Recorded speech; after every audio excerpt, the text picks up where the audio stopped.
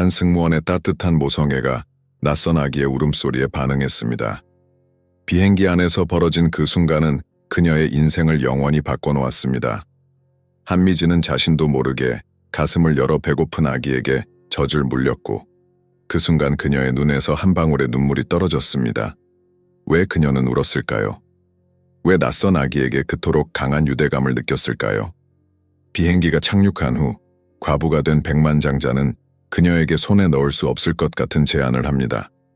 하지만 이 제안 뒤에는 누구도 상상하지 못한 비밀이 숨겨져 있었습니다. 운명은 때로 가장 예상치 못한 방식으로 우리에게 두 번째 기회를 줍니다. 한미진의 가슴 속에 묻어둔 과거의 아픔과 그녀가 포기했던 것은 무엇일까요?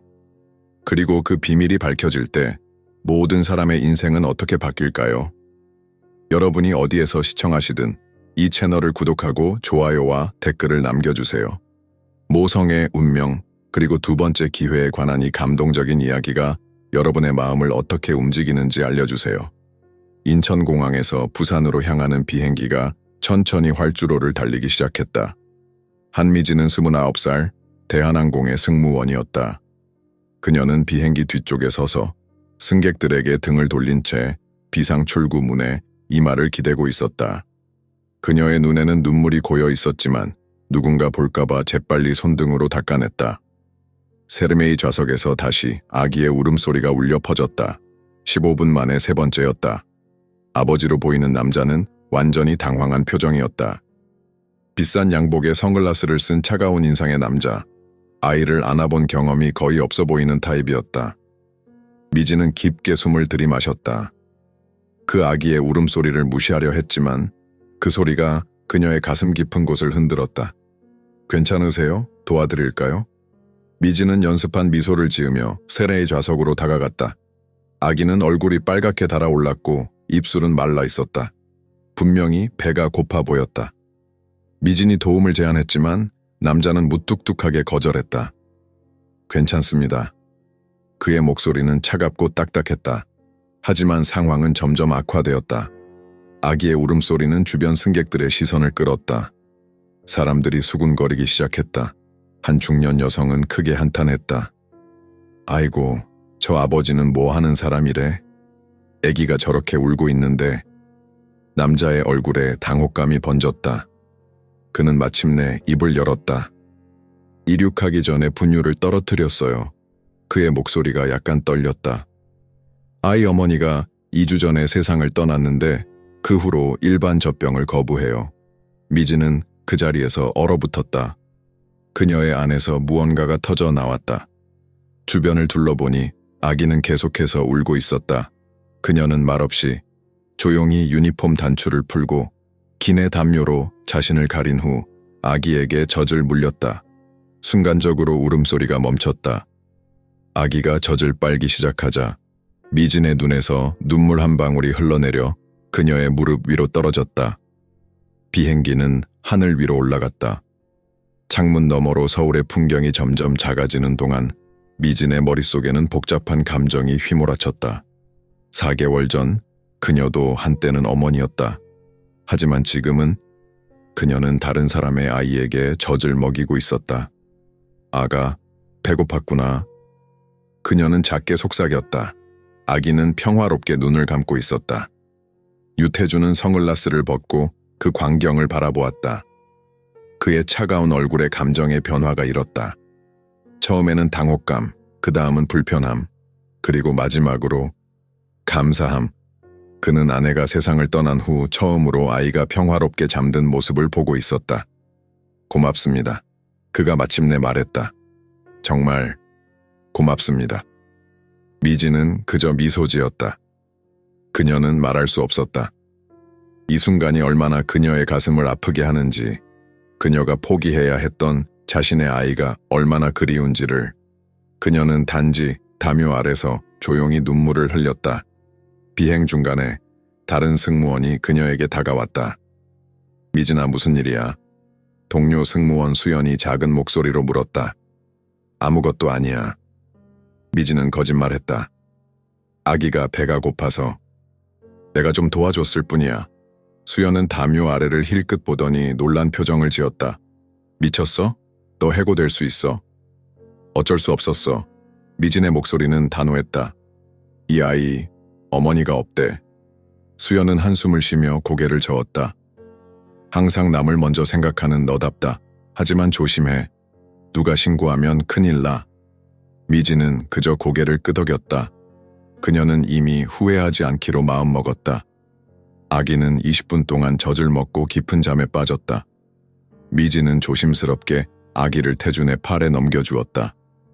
그의 손이 그녀의 손을 스쳤을 때 이상한 전율이 그녀의 등줄기를 타고 내려갔다. 성함이? 태준이 물었다. 한미진입니다. 그녀는 공손하게 대답했다. 유태준입니다. 그가 말했다. 유건설 회장입니다. 미진의 눈이 커졌다. 유건설은 한국 최대 건설회사 중 하나였다. 그녀는 방금 재벌 회장의 아이에게 젖을 먹인 것이다. 비행은 계속되었다. 미진은 다른 승객들을 돌보았지만 그녀의 시선은 계속해서 세리의 좌석으로 향했다. 아기는 여전히 평화롭게 잠들어 있었고 태준은 노트북으로 일을 하고 있었다. 하지만 가끔씩 그도 그녀를 바라보았다. 착륙 10분 전 기내 방송이 울렸다. 곧 부산 김해공항에 도착합니다. 안전벨트를 착용해 주시기 바랍니다. 미진은 다시 세레의 좌석으로 갔다. 착륙 준비를 해주셔야 합니다. 태준은 고개를 끄덕였다. 그리고 갑자기 그가 그녀의 손을 잡았다. 부산에 내리면 잠시 시간 있으세요? 미진은 당황했다. 죄송합니다만 저는 곧바로 돌아가는 비행기를 타야 해서 잠깐이면 됩니다. 태준의 눈빛은 진지했다. 중요한 이야기가 있어요. 비행기가 착륙하는 동안 주변 승객들의 시선이 미진에게 향했다. 일부는 수군거렸고 일부는 미소를 지었다. 하지만 아무도 미진의 마음속에서 무슨 일이 일어나고 있는지 알지 못했다. 비행기가 활주로에 닿자마자 동료 승무원이 그녀에게 다가왔다.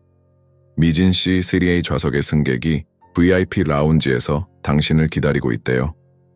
미진은 망설였지만 결국 VIP 라운지로 향했다.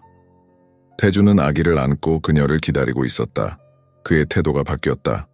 감사하면서도 의심스러운 눈빛이었다.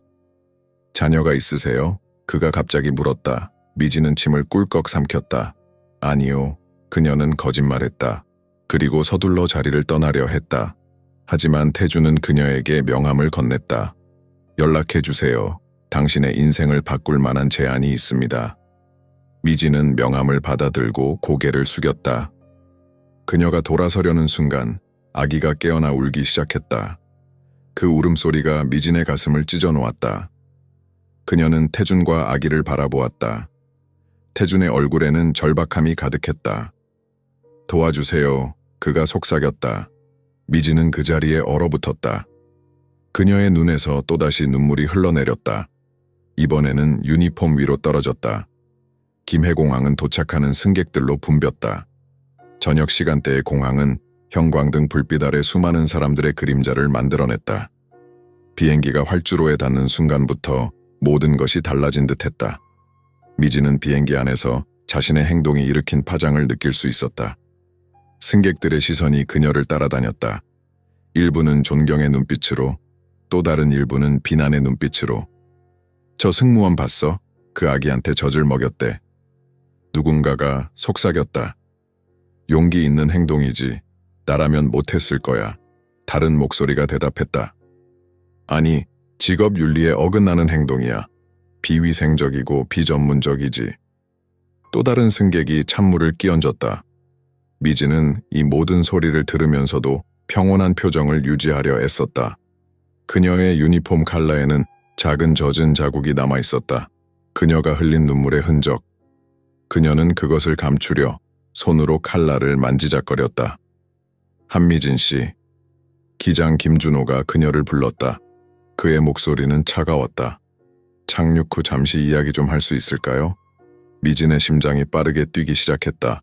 이미 소문이 퍼진 모양이었다. 그녀는 고개를 끄덕였다. 네, 기장님.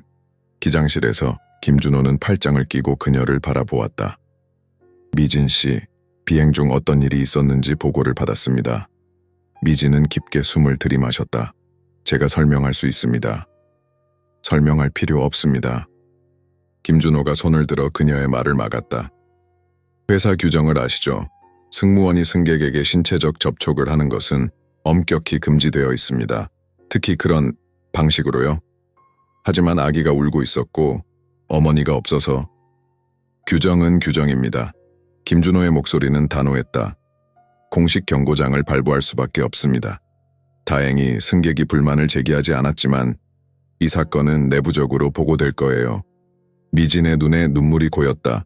그녀는 자신의 커리어가 위험에 처했다는 것을 알았다.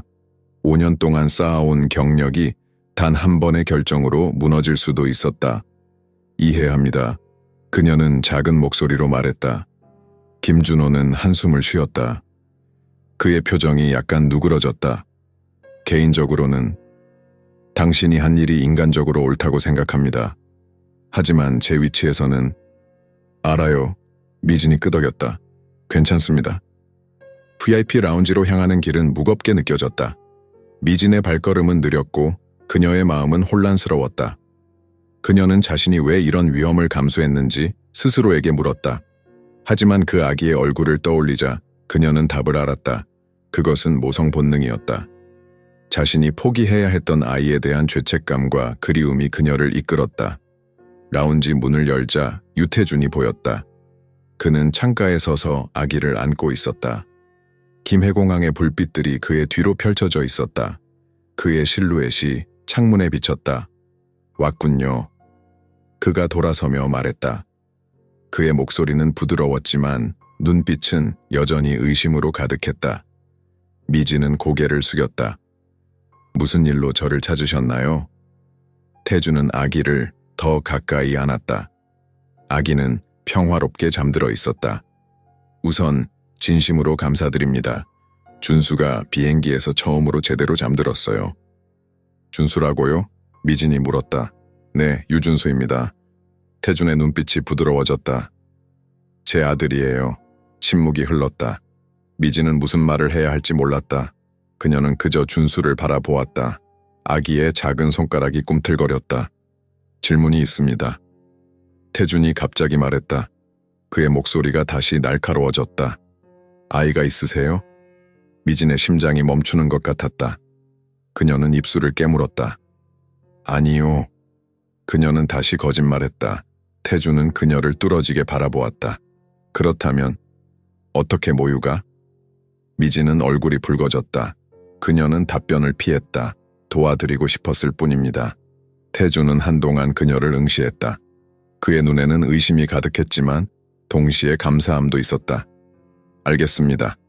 미진은 자리를 떠나려 했다. 그럼 이만, 잠깐만요. 태준이 그녀를 불러 세웠다. 그는 주머니에서 명함을 꺼내 그녀에게 건넸다. 제 개인 번호입니다. 연락주세요. 인생을 바꿀 만한 제안이 있습니다. 미진은 망설이며 명함을 받았다. 금색 글씨로 유태준, 유건설 회장이라고 새겨져 있었다. 그녀는 고개를 숙이고 라운지를 떠났다.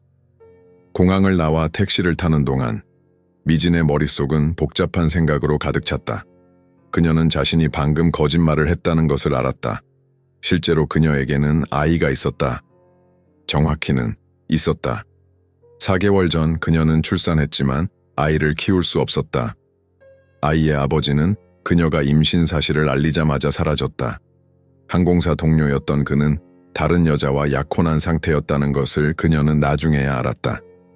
인천의 승무원 기숙사는 작고 초라했다. 미진은 지친 몸을 침대에 던졌다. 그녀의 방은 간소했다. 싱글 침대, 작은 책상, 옷장이 전부였다. 벽에는 그녀가 첫 비행을 마친 날의 사진 한 장만이 걸려 있었다. 스마트폰이 울렸다. 회사 이메일이었다. 미진은 천천히 이메일을 열었다. 예상대로 공식 경고장이었다. 한미진 승무원에게 비행 중 부적절한 행동에 대한 공식 경고문을 발부합니다.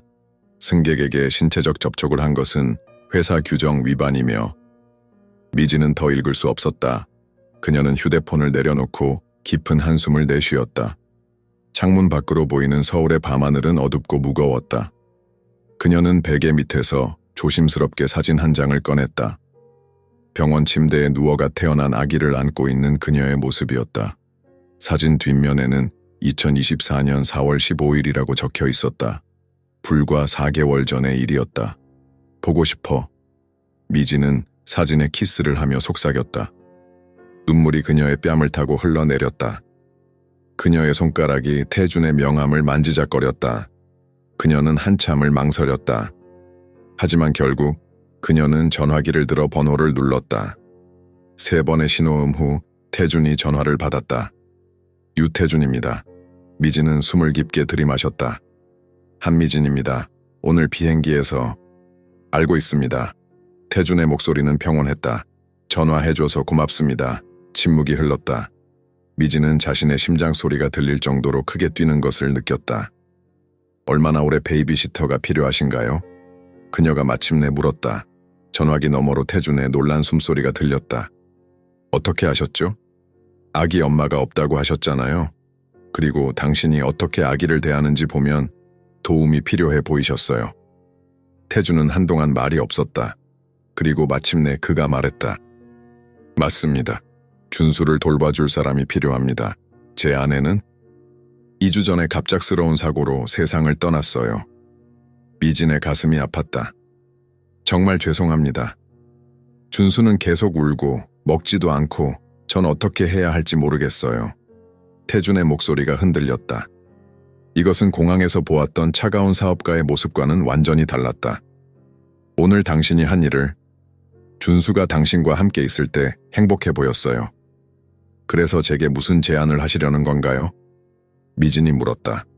제 집에서 준수를 돌봐주셨으면 합니다.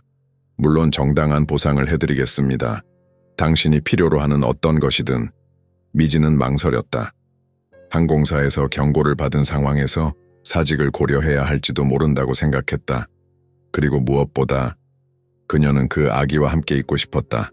왜인지 그녀는 준수에게 이끌리는 것을 느꼈다. 시간이 필요합니다. 그녀가 말했다. 물론입니다. 하지만 빨리 결정해 주시면 감사하겠습니다. 준수는 당신이 필요합니다. 통화가 끝난 후 미지는 창밖을 바라보았다. 서울의 밤하늘에 별들이 반짝이고 있었다. 그녀는 자신의 인생이 곧 크게 변할 것임을 느꼈다. 그것이 좋은 변화일지 나쁜 변화일지는 알 수 없었다. 하지만 그녀는 직감적으로 알았다. 이것은 그녀가 잃어버린 것을 되찾을 기회일지도 모른다는 것을. 그녀는 다시 베개 밑에 사진을 꺼내 바라보았다.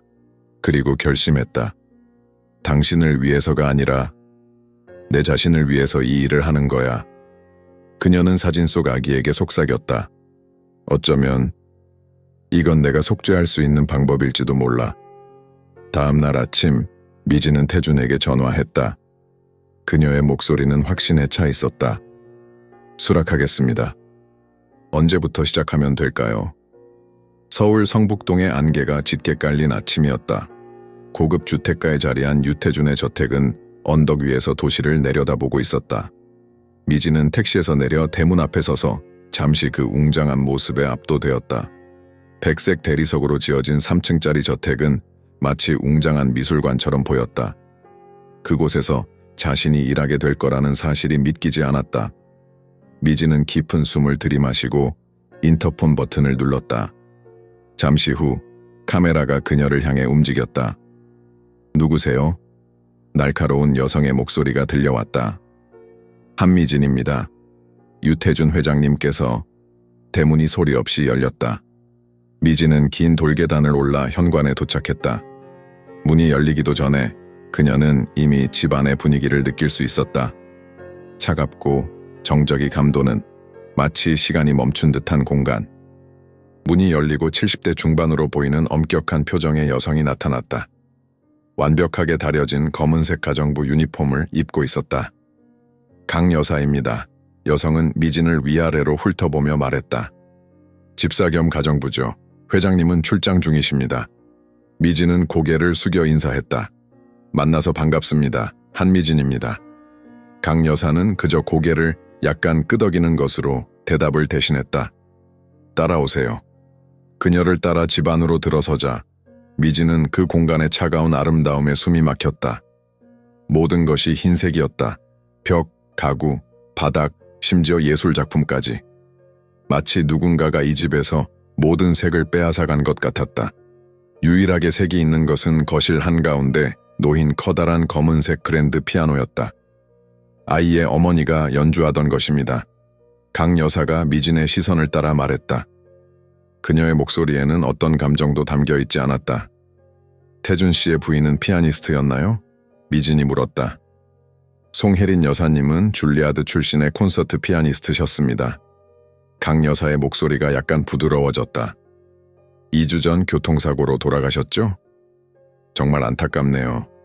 미진은 진심으로 말했다. 강 여사는 잠시 침묵했다. 그녀의 눈에 슬픔이 스쳐 지나갔다. 혜린 여사님은 이 집의 유일한 빛이었습니다. 그녀가 떠난 후 이 집은 영혼을 잃었어요.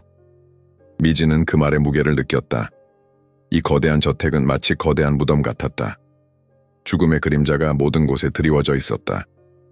아기 방은 어디인가요? 미진이 물었다. 강 여사는 계단을 가리켰다. 2층 끝방입니다.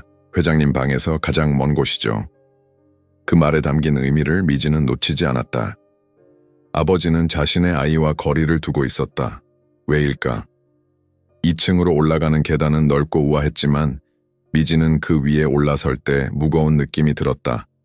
마치 이 집 자체가 그녀를 거부하는 것 같았다. 모든 것이 너무 완벽하고 너무 차가웠다. 아기 방은 다른 공간들과 마찬가지로 흰색이었다.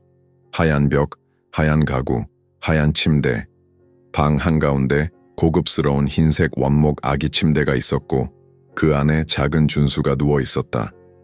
그의 작은 얼굴은 붉게 물들어 있었고 눈은 반쯤 감겨 있었다. 아기가 아픈가요? 미진이 걱정스럽게 물었다. 계속 보채고 있어요. 먹지도 않고 잠도 제대로 자지 않아요. 강 여사가 대답했다.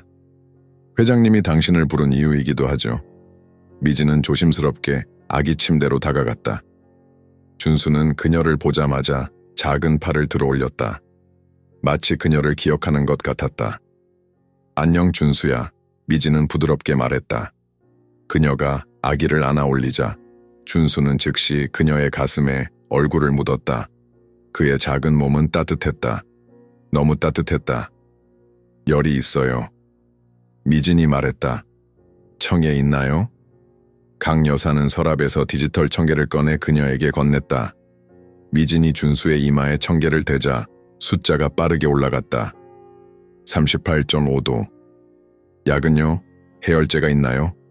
미진이 물었다. 의사가 처방한 시럽이 있습니다. 강 여사가 작은 병을 가져왔다. 하지만 아기가 먹으려 하지 않아요. 미진은 조용히 고개를 끄덕였다. 그녀는 준수를 더 가까이 안았다. 괜찮아 준수야. 이모가 도와줄게. 방은 답답하고 냉랭했다. 미진은 창문으로 걸어가 커튼을 활짝 열었다. 가을 햇살이 방 안으로 쏟아져 들어왔다. 그녀는 창문도 살짝 열었다. 신선한 공기가 방 안을 가득 채웠다. 춥습니다. 강 여사가 불평했다. 아기에게는 신선한 공기가 필요해요. 이 방은 너무 답답해요. 미진이 대답했다. 그녀의 목소리는 부드럽지만 단호했다. 미진은 스마트폰을 꺼내 아이에게 맞는 클래식 음악을 찾아 틀었다. 모차르트의 자장가가 방 안에 울려 퍼졌다. 준수의 표정이 조금씩 편안해졌다. 음악을 좋아하나 보네. 미진이 미소 지었다. 어머니를 닮았나 봐. 강 여사의 표정이 순간 변했다. 마치 무언가 말하려다가 참는 것 같았다. 뭐 좀 가져올게요. 미진이 말했다. 그녀는 가방에서 작은 병을 꺼냈다. 천연 에센셜 오일이에요. 라벤더와 카모마일. 아기 피부에 자극이 없고 진정 효과가 있어요. 그녀는 조금을 손에 덜어 준수의 작은 발바닥과 가슴에 부드럽게 발랐다. 향기로운 냄새가 방 안에 퍼졌다. 그리고 나서 그녀는 준수를 가슴에 안고 천천히 흔들기 시작했다.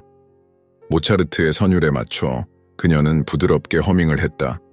강 여사는 놀란 표정으로 그 광경을 지켜보았다. 몇 분이 지나자 준수의 눈꺼풀이 무거워지기 시작했다. 그리고 마침내 그는 잠이 들었다. 어떻게? 강 여사가 속삭였다. 미지는 미소만 지었다. 그녀는 준수를 침대에 조심스럽게 눕혔다. 약은 지금 먹이는 게 좋겠어요. 반쯤 깨워서. 그녀는 준수를 부드럽게 깨워 해열제를 먹였다. 놀랍게도 아기는 거부하지 않았다. 약을 다 먹인 후 미지는 다시 준수를 안아 흔들었고 아기는 다시 깊은 잠에 빠져들었다. 2주 동안 처음 있는 일입니다. 강 여사가 경이로운 표정으로 말했다. 혜린 여사님이 돌아가신 이후로 준수는 제대로 잠을 자지 못했어요. 미지는 준수의 작은 얼굴을 바라보았다. 그의 눈썹, 코, 입술의 모양. 어딘가 익숙한 느낌이 들었다. 마치 오래전부터 알고 있던 얼굴처럼. 제 방은 어디인가요? 미진이 물었다. 이 바로 옆방입니다. 강 여사가 대답했다. 회장님이 당신이 아기 곁에 있기를 원하셨습니다. 미진의 방은 작지만 우아했다. 아기 방과 마찬가지로 흰색이 줄을 이루었지만 적어도 침대 커버는 연한 파란색이었다. 창문 밖으로는 서울의 아름다운 정영이 펼쳐져 있었다. 짐은 어디에 두면 될까요? 미진이 물었다. 옷장에 넣으세요. 욕실은 방 안에 있습니다. 강 여사가 대답했다. 그녀는 잠시 망설이더니 덧붙였다. 식사는 유법시 12시, 6시입니다. 회장님은 보통 집에 안 계시지만 오늘은 저녁에 돌아오실 겁니다. 미지는 고개를 끄덕였다. 감사합니다. 강 여사가 떠나고 미지는 깊은 숨을 내쉬었다. 그녀는 가방을 열어 몇 가지 필수품을 꺼냈다. 그리고 몇 장의 사진도. 그중 하나는 그녀가 소중히 여기는 아기 사진이었다. 그녀는 그것을 서랍 깊숙이 숨겼다. 아무도 볼 수 없는 곳에. 그녀는 침대에 앉아 창밖을 바라보았다. 성북동의 고급 주택가가 내려다 보였다. 이런 곳에서 살아본 적이 없었다. 그녀는 인천의 작은 아파트에서 자랐고 대학 졸업 후에는 항공사 기숙사에서 살았다. 이 거대한 저택은 그녀에게 이질적으로 느껴졌다. 엄마, 지금 내가 하는 게 맞는 걸까? 그녀는 창밖을 바라보며 속삭였다. 어머니는 5년 전 암으로 세상을 떠났다. 그 이후로 미지는 혼자였다. 아버지는 그녀가 어릴 때 가족을 떠났고 오빠는 미국에서 살고 있었다. 그녀의 손이 자신의 배를 무의식적으로 쓰다듬었다. 한때 그곳에 생명이 있었다. 그녀의 아이, 그녀가 포기해야 했던 아이. 미지는 눈을 감고 깊은 숨을 들이마셨다. 그리고 갑자기 그녀는 꿈을 꾸기 시작했다. 꿈에서 그녀는 병원 침대에 누워 있었다. 진통이 가라앉고 간호사가 그녀의 아기를 안고 있었다. 마지막으로 한 번만 안아보실래요? 간호사가 물었다. 미지는 고개를 저었다. 너무 아팠다. 아이를 보면 결심이 흔들릴 것 같았다. 그래서 그녀는 눈을 감았다. 간호사가 아이를 데리고 나가는 발소리가 들렸다. 그것이 그녀의 아이를 마지막으로 들은 소리였다. 미진 씨. 강 여사의 날카로운 목소리에 그녀는 잠에서 깨어났다. 그녀는 침대에 누워 있었다. 얼마나 잤던 걸까? 네? 미진이 당황해서 대답했다. 준수가 열이 더 올라간 것 같아요. 강 여사의 목소리가 불안했다. 미진은 벌떡 일어나 아기 방으로 달려갔다. 준수의 얼굴은 붉게 달아올라 있었고 작은 몸은 땀으로 흠뻑 젖어 있었다. 천계로 재보니 39.2도였다. 병원에 가야 해요. 미진이 말했다. 회장님에게 연락해야 합니다. 강 여사가 말했다. 먼저 열부터 내려야 해요. 미진은 단호하게 말했다. 그녀는 냉수에 수건을 적셔 준수의 이마와 다리에 올려놓았다. 회장님 전화번호 알려주세요. 강 여사가 번호를 알려주었고 미진은 즉시 전화를 걸었다. 그러나 아무도 받지 않았다. 그녀는 문자를 보냈다. 준수가 열이 높습니다. 병원에 데려가야 할 것 같습니다. 어떻게 하죠? 강 여사가 물었다. 그녀의 목소리에는 공포가 묻어났다. 미진은 아기를 안아 올렸다. 제가 아는 방법이 있어요. 그녀는 욕실로 가서 미지근한 물을 받았다. 그리고 준수의 옷을 벗겨 천천히 물에 담갔다. 준수는 처음에는 울었지만 미진이 부드럽게 노래를 불러주자 조용해졌다. 우리 어머니가 가르쳐주신 방법이에요. 미진이 설명했다. 자연적으로 천을 내리는 방법이죠. 15분 후 준수의 열이 38도로 내려갔다. 미진은 그를 부드럽게 말린 후 새 옷을 입혔다. 그리고 다시 해열제를 먹였다. 회장님이 답장을 보내셨어요. 강 여사가 휴대폰을 들여다보며 말했다. 의사를 집으로 보내겠다고 하시네요. 1시간 후 중년의 의사가 도착했다. 그는 준수를 꼼꼼히 검사한 후 미소를 지었다. 경미한 감기입니다. 이미 열도 많이 내려갔네요. 누가 이렇게 잘 처치했죠? 강 여사가 미진을 가리켰다. 잘하셨어요. 의사가 미진에게 말했다. 아이에게 무리가 없는 최선의 방법을 쓰셨군요. 간호사세요? 미진은 미소를 지었다. 아니요, 그냥 알고 있었을 뿐이에요. 의사는 처방전을 써주고 떠났다. 준수는 다시 잠이 들었고 이번에는 평온해 보였다. 밤이 깊어갔다. 미진은 준수의 침대 옆 의자에 앉아 그를 지켜보았다. 그녀는 그의 작은 손을 부드럽게 쓰다듬었다. 갑자기 아래층에서 소리가 들렸다. 현관문이 열리는 소리였다. 태준이 돌아온 것이다. 계단을 오르는 발소리가 점점 가까워졌다. 미진은 숨을 죽인 채 준수의 방문을 바라보았다. 문이 열리고 유태준이 나타났다. 그는 여전히 출장 복장 그대로였다. 진한 네이비, 색 정장에 푸른 넥타이. 그의 얼굴은 지쳐 보였고 눈 밑에는 짙은 다크서클이 자리 잡고 있었다. 어떻습니까? 그가 낮은 목소리로 물었다. 그의 시선은 잠든 준수에게 고정되어 있었다. 열이 내려갔어요. 미진이 부드럽게 대답했다. 의사 선생님도 다녀가셨고 감기라고 하셨어요. 걱정하지 않으셔도 됩니다. 태준은 조심스럽게 아기 침대로 다가갔다. 그는 준수의 이마에 손을 얹어보았다. 그의 손길은 어색했지만 그 안에 담긴 걱정은 진심이었다. 감사합니다. 그가 미진을 바라보며 말했다. 강 여사가 당신이 아이를 어떻게 돌봤는지 말해주었습니다. 미진은 미소를 지었다. 제가 할 수 있는 일을 했을 뿐이에요. 태준은 의자에 앉았다. 그는 잠시 침묵을 지켰다. 그의 시선은 미진의 얼굴을 탐색하는 것 같았다. 왜 이 일을 하기로 했습니까? 그가 갑자기 물었다. 항공사에서의 경력을 포기하면서까지 미진은 준수를 바라보았다. 때로는 인생에서 방향을 바꿔야 할 때가 있는 것 같아요. 이것이 제가 지금 해야 할 일이라고 느꼈어요. 태준은 고개를 끄덕였지만 그의 눈에는 여전히 의심이 남아 있었다. 계약서는 내일 준비될 겁니다. 급여와 조건에 대해서는 만족하실 겁니다. 미진은 고개를 끄덕였다. 그녀는 돈을 위해 이 일을 선택한 것이 아니었지만 이 사실을 말할 수는 없었다. 그럼 이만 쉬세요. 태준이 일어서며 말했다. 그는 문 앞에서 잠시 멈춰 돌아보았다. 다시 한번 고맙습니다. 문이 닫히고 미진은 깊은 숨을 내쉬었다. 그녀는 다시 준수를 바라보았다. 아기는 평화롭게 잠들어 있었다. 그의 작은 가슴이 오르내리는 모습이 그녀를 안심시켰다. 잘 자, 작은 천사야. 그녀는 속삭였다. 그리고 자신의 방으로 돌아갔다. 다음 날 아침 미진은 일찍 일어났다. 그녀는 준수의 방으로 가서 아기의 상태를 확인했다. 열은 완전히 내려가 있었고 준수는 편안하게 잠들어 있었다. 그녀는 안도의 한숨을 내쉬었다.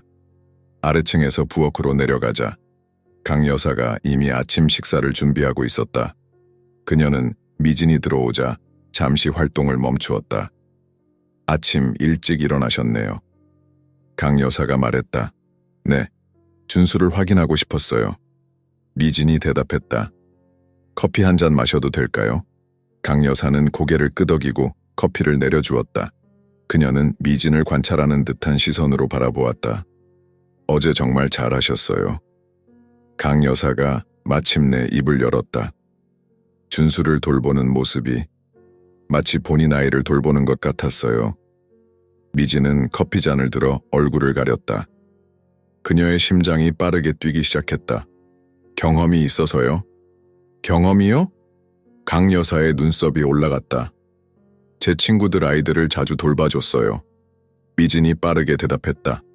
강 여사는 더 묻지 않았지만 그녀의 눈빛은 무언가를 의심하고 있음을 보여주었다. 미진은 그 시선이 불편했다. 오늘 준수와 함께 정원에 나가도 될까요? 미진이 화제를 바꾸었다. 신선한 공기가 좋을 것 같아요. 물론이죠. 강 여사가 대답했다. 날씨도 좋으니까요. 미진은 아침 식사 후 준수를 데리고 정원으로 나갔다. 저택의 뒤뜰은 넓고 아름다웠다. 완벽하게 정돈된 잔디와 화려한 꽃들이 가을 햇살 아래 반짝였다. 미진은 담요를 펴고 준수를 눕혔다. 아기는 푸른 하늘을 바라보며 활짝 웃었다. 우리 준수가 웃네. 미진이 기뻐하며 말했다. 그녀는 준수의 작은 배를 간지럽혔고 아기는 더 크게 웃었다. 멀리서 강 여사가 그들을 지켜보고 있었다. 그녀의 표정은 알 수 없었지만 그 시선은 마치 미진의 비밀을 꿰뚫어보는 것 같았다. 오후가 되자 태준이 집으로 돌아왔다. 그는 예상보다 일찍 돌아온 것 같았다. 미진은 그가 정원으로 걸어오는 것을 보았다. 준수는 어떻습니까? 그가 물었다. 많이 좋아졌어요. 미진이 미소 지으며 대답했다. 보세요, 얼마나 행복해 보이나요? 태준은 담요 위에 앉아 준수를 바라보았다. 아기는 아버지를 보자 팔을 뻗었다. 태준은 망설이다가 조심스럽게 준수를 안아 올렸다. 그의 얼굴에 미소가 번졌다. 미진이 그에게서 본 첫 번째 진정한 미소였다. 계약서를 검토해 보셨나요? 태준이 물었다. 미진은 고개를 끄덕였다. 아침에 그가 남긴 서류를 읽어보았다. 조건은 매우 관대했다. 높은 급여, 개인 시간, 그리고 전용 차량까지. 서명했어요. 그녀가 대답했다. 조건이 매우 좋네요. 감사합니다. 태준은 고개를 끄덕였다. 당신이 필요한 만큼 오래 머물러 주셨으면 합니다. 준수는 당신과 함께 있을 때 다른 사람이 되는 것 같아요. 미진은 가슴이 따뜻해지는 것을 느꼈다. 그녀는 준수를 바라보았다. 아기는 태준의 팔에 안겨 평화롭게 있었다. 그럼 오늘 저녁 식사를 함께 할까요? 태준이 제안했다. 준수도 함께요. 미진은 놀랐지만 기쁘게 수락했다. 좋아요. 저녁 식사는 형식적이었지만 따뜻했다. 태준은 준수를 안고 있었고 미진은 때때로 아기에게 부드러운 음식을 먹였다. 그들은 일상적인 대화를 나누었다. 날씨, 뉴스, 그리고 준수의 발전에 대해. 내일 제가 출장을 떠나야 합니다. 태준이 갑자기 말했다. 3일 정도 도쿄에 있을 예정이에요. 걱정 마세요. 미진이 대답했다. 준수는 저와 함께 잘 지낼 거예요. 태준은 고맙다는 듯 미소를 지었다. 그의 눈빛이 부드러워졌다. 미진은 그 눈빛에 가슴이 떨리는 것을 느꼈다. 그녀는 그가 다른 사람이 될 수 있다는 것을 보았다. 차갑고 거리감 있는 사업가가 아닌 따뜻하고 사랑스러운 아버지로. 식사가 끝나고 미진은 준수를 데리고 위층으로 올라갔다. 그녀는 아기를 목욕시키고 잠자리에 눕혔다. 준수는 그녀의 팔에 안겨 금방 잠이 들었다. 미진은 자신의 방으로 돌아와 샤워를 하고 침대에 누웠다. 그녀는 천장을 바라보며 생각에 잠겼다. 이 모든 상황이 현실처럼 느껴지지 않았다. 불과 며칠 전까지만 해도 그녀는 비행기에서 승객들에게 음료를 제공하고 있었다. 이제 그녀는 재벌 회장의 집에서 아이를 돌보고 있었다. 그녀의 생각은 자신의 아이로 향했다. 지금쯤 어디에 있을까? 누가 돌보고 있을까? 행복할까? 그녀는 베개에 얼굴을 묻고 조용히 울었다. 다음 날 아침, 미진은 일찍 일어나 준수를 확인했다. 아기는 여전히 잠들어 있었다. 그녀는 조용히 계단을 내려가 커피를 마시려 했다. 부엌에 도착하자 강 여사가 이미 그곳에 있었다. 안녕하세요. 미진이 인사했다. 강 여사는 대답하지 않았다. 그녀는 무언가를 바라보고 있었다. 미진이 가까이 다가가자 그녀는 놀라서 뒤를 돌아보았다. 아, 미진 씨. 강 여사가 말했다. 그녀의 손에는 작은 종이가 들려 있었다. 사진이었다. 미진의 심장이 멈추는 듯했다. 그것은 그녀의 사진이었다. 병원 침대에서 갓 태어난 아기를 안고 있는 사진. 그녀의 비밀. 이건... 미진이 말을 더듬었다. 당신 방을 청소하다가 발견했어요. 강 여사가 차갑게 말했다. 설명해 주시겠어요? 미진은 숨을 깊게 들이마셨다.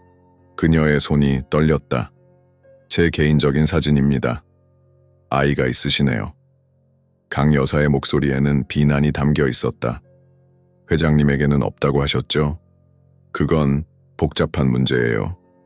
미진이 대답했다. 회장님은 알고 계십니까? 강 여사가 물었다. 아니요. 미진이 솔직하게 대답했다. 하지만 이건 제 일에 영향을 미치지 않아요. 저는 준수를 진심으로 돌보고 있어요. 강 여사는 한동안 그녀를 바라보았다. 그리고 마침내 사진을 돌려주었다. 비밀을 간직하는 것은 위험한 일입니다, 미진 씨. 특히 이 집에서는요. 미진은 사진을 받아들고 고개를 숙였다. 이해합니다. 이 집에는 이미 충분한 비밀이 있어요. 강 여사가 덧붙였다. 그녀의 목소리에는 슬픔이 묻어났다. 무슨 뜻이세요? 미진이 물었다. 강 여사는 대답하지 않았다. 그녀는 등을 돌려 요리를 계속했다. 미진은 혼란스러운 마음으로 그 자리를 떠났다. 태준이 출장을 떠난 후 미진은 준수와 함께 평화로운 시간을 보냈다. 그들은 정원에서 놀고 책을 읽고 노래를 불렀다. 준수는 빠르게 그녀에게 애착을 형성했다. 그는 그녀가 방에 들어오면 활짝 웃었고 그녀의 목소리를 들으면 기뻐했다. 하지만 미진은 계속해서 강 여사의 시선을 느꼈다. 그녀는 항상 지켜보고 관찰하고 판단하고 있었다. 미진은 강 여사가 무엇을 알고 있는지 그리고 무엇을 의심하고 있는지 궁금했다. 셋째 날 저녁, 미진은 준수를 재우고 자신의 방으로 돌아왔다. 그녀는 창가에 앉아 밤하늘을 바라보았다. 서울의 불빛이 별처럼 빛나고 있었다. 갑자기 노크 소리가 들렸다. 미진은 문을 열었다.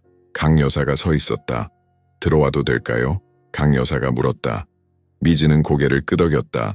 강 여사는 방 안으로 들어와 문을 닫았다. 미진 씨, 당신에 대해 조사했어요. 강 여사가 직설적으로 말했다. 미진의 얼굴이 창백해졌다. 무슨 말씀이세요? 당신은 4개월 전에 아이를 출산했어요. 강 여사가 말을 이었다. 그리고 그 아이를 입양 보냈죠. 미진은 침대에 앉았다. 그녀의 다리가 갑자기 힘을 잃은 것 같았다. 어떻게 아셨죠? 이 집에서 25년 동안 일했어요. 강 여사가 대답했다. 내 직업은 이 가족을 보호하는 것입니다. 당신이 이 집에 들어온 순간부터 난 당신을 조사하기 시작했어요. 미진은 손으로 얼굴을 가렸다. 그녀는 울고 싶었지만 눈물이 나오지 않았다. 단지 공허함만이 느껴졌다. 회장님에게 말할 건가요? 그녀가 작은 목소리로 물었다. 강 여사는 한참 동안 침묵했다. 그리고 마침내 대답했다. 아니요, 아직은 아닙니다. 미진은 놀라서 고개를 들었다. 왜요? 준수가 당신을 필요로 하니까요. 강 여사가 솔직하게 대답했다. 그 아이는 당신이 오기 전까지 제대로 웃지도 않았어요. 당신은 그 아이에게 좋은 영향을 주고 있어요. 미진은 안도의 한숨을 내쉬었다. 고맙습니다. 하지만 경고합니다. 강 여사의 목소리가 다시 차가워졌다. 당신이 이 가족에게 해를 끼치려 한다면 난 가만히 있지 않을 거예요. 미진은 고개를 끄덕였다. 이해합니다. 강 여사는 문 쪽으로 걸어갔다. 그녀는 문을 열기 전에 돌아보았다. 그리고 미진 씨, 이 집에는 당신이 모르는 비밀이 많아요. 당신의 비밀만큼이나 큰 비밀들이요. 문이 닫히고 미진은 혼자 남겨졌다. 그녀는 창가로 돌아가 밤하늘을 바라보았다. 강 여사의 말이 그녀의 마음속에 메아리쳤다. 이 집에는 어떤 비밀이 숨겨져 있는 걸까? 그리고 그 비밀은 그녀와 어떤 관련이 있을까? 태준이 도쿄에서 돌아온 지 3일째 되는 날이었다. 가을의 마지막 햇살이 성북동의 저택을 비추고 있었다. 미진은 정원에서 준수와 함께 있었다. 아기는 이제 그녀의 품에서 편안하게 지냈고 하루가 다르게 성장하는 것 같았다. 그의 웃음소리는 미진의 마음을 따뜻하게 했다. 우리 준수 오늘은 정말 기분이 좋네. 미진은 아기의 코를 살짝 건드리며 말했다. 준수는 그녀의 손가락을 작은 손으로 꽉 잡았다. 미진은 준수를 안고 저택 안으로 들어갔다. 거실에서 태준이 노트북으로 일하고 있었다. 그는 미진과 준수가 들어오자 고개를 들었다. 그의 얼굴에 미소가 번졌다. 오늘은 어땠어요? 태준이 물었다. 정말 좋았어요. 미진이 대답했다. 준수가 오늘 처음으로 마마라고 비슷한 소리를 냈어요.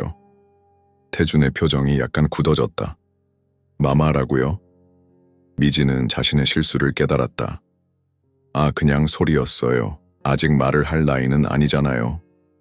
태준은 고개를 끄덕였지만 그의 눈에는 슬픔이 비쳤다. 미진은 그가 아내를 생각하고 있다는 것을 알았다. 그녀는 화제를 바꾸려 했다. 저녁 식사는 뭘로 할까요? 제가 준수에게 죽을 좀 만들어 볼게요. 태준이 대답하려는 순간 초인종 소리가 울렸다. 그의 표정이 갑자기 긴장으로 가득 찼다.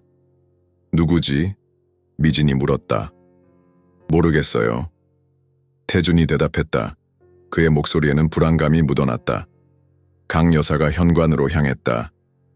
미진은 준수를 안고 거실에 남았다. 현관에서 날카로운 여성의 목소리가 들렸다. 태준 씨 계세요? 지금 당장 만나야겠어요. 잠시 후 한 여성이 거실로 들어왔다. 그녀는 완전히 검은색으로 차려입고 있었다. 검은 원피스, 검은 코트, 그리고 검은 선글라스까지. 그녀의 긴 머리카락은 완벽하게 정돈되어 있었고 하이힐 소리가 대리석 바닥에 울려 퍼졌다. 민지. 태준이 일어서며 말했다. 그의 목소리는 차가웠다. 무슨 일이야? 여성은 선글라스를 벗었다. 그녀의 눈은 붉어져 있었다. 울었거나 아니면 매우 화가 난 상태였다. 그녀는 미진과 준수를 보자 잠시 멈춰섰다. 이 사람은 누구야? 그녀가 미진을 가리키며 물었다. 한미진 씨예요. 준수의 보모죠. 태준이 대답했다. 여성은 미진을 위아래로 훑어보았다. 그녀의 눈빛은 차갑고 계산적이었다. 그래? 새로운 보모를 구했구나. 민지, 할 말이 있으면 서재에서 하자. 태준이 말했다. 그의 목소리는 명령조였다. 괜찮아, 여기서 해도 돼. 민지가 대답했다. 그녀는 준수를 바라보았다.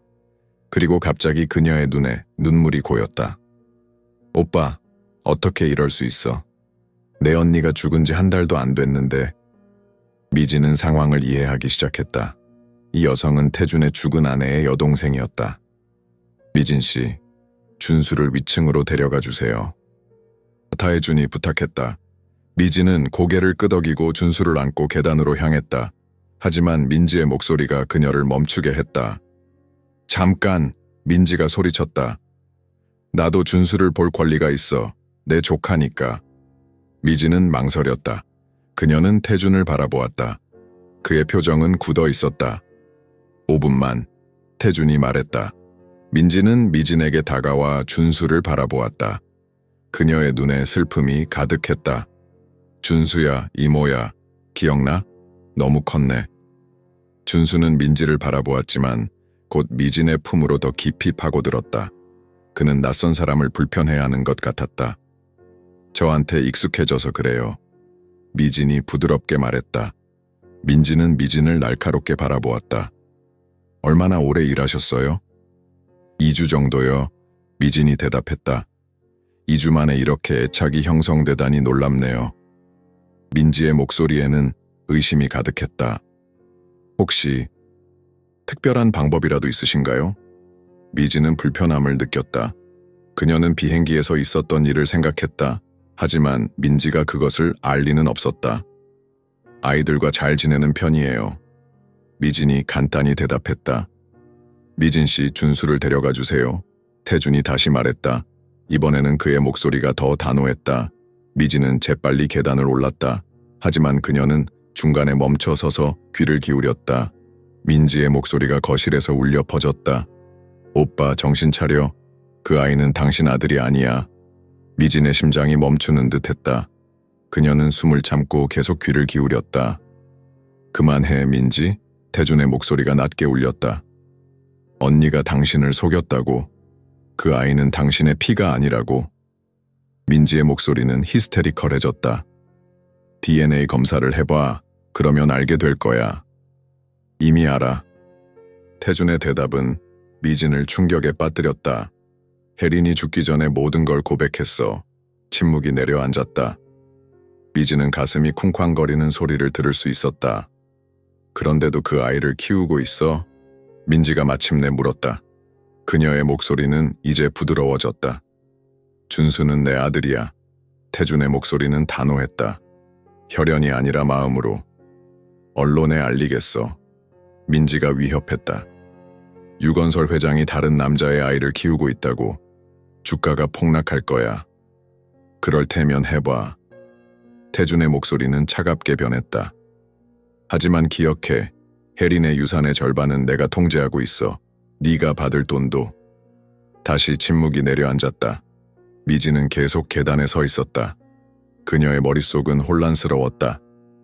준수는 태준의 아들이 아니라는 말인가? 그렇다면 누구의 아들일까? 가봐. 민지. 태준의 목소리가 다시 들렸다. 다시는 이런 식으로 찾아오지 마. 이것으로 끝난 게 아니야, 오빠. 민지의 목소리가 위협적으로 들렸다. 언니를 배신한 당신을 절대 용서하지 않을 거야.